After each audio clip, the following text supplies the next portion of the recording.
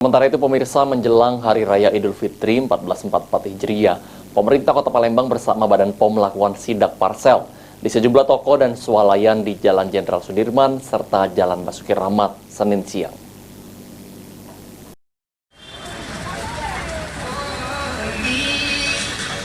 Menjelang Hari Raya Idul Fitri 1444 Hijriah, pemerintah Kota Palembang bersama Badan POM melakukan aksi dadakan atau sidak parsel di sejumlah toko-toko dan swalayan di Jalan Jenderal Sudirman dan Jalan Basuki Rahmat Senin siang, 17 April 2023. Dari hasil pemeriksaan petugas tidak ditemukan makanan yang mengandung zat berbahaya seperti formalin, boraks, dan rodamin B, namun masih ditemukan makanan yang hampir kadaluarsa di dalam paket parsel lebaran dan tidak ada keterangan batas waktu kadaluarsa di kemasan parsel lebaran Hari Raya Idul Fitri.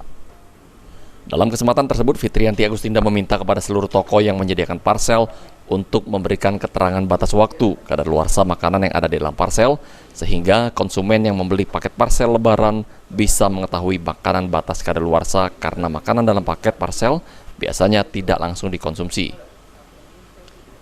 Selain itu, masyarakat sebagai konsumen juga dihimbau untuk pintar saat membeli kebutuhan pokok untuk lebaran seperti paket parsel. Pastikan bahan makanan yang dijual aman dari zat berbahaya serta batas waktu kadaluarsa makanan minimal 6 bulan sebelum dikonsumsi.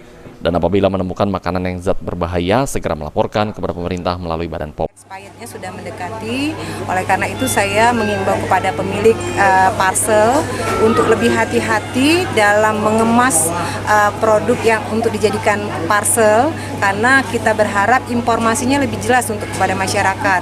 Karena tadi tidak ada tertera masa expirednya, nah kami berharap nanti di luar kemasan parcel itu ada masa-masa expirednya sehingga masyarakat bisa melihat, bisa berpikir sendiri apakah ini mau dibeli atau tidak. Karena kalau seandainya kita sudah sepakat dengan BP POM tadi, kalau expirednya sudah 6 bulan, maka kita berharap tidak di dalam kemasan parcel, tapi boleh dijual eceran.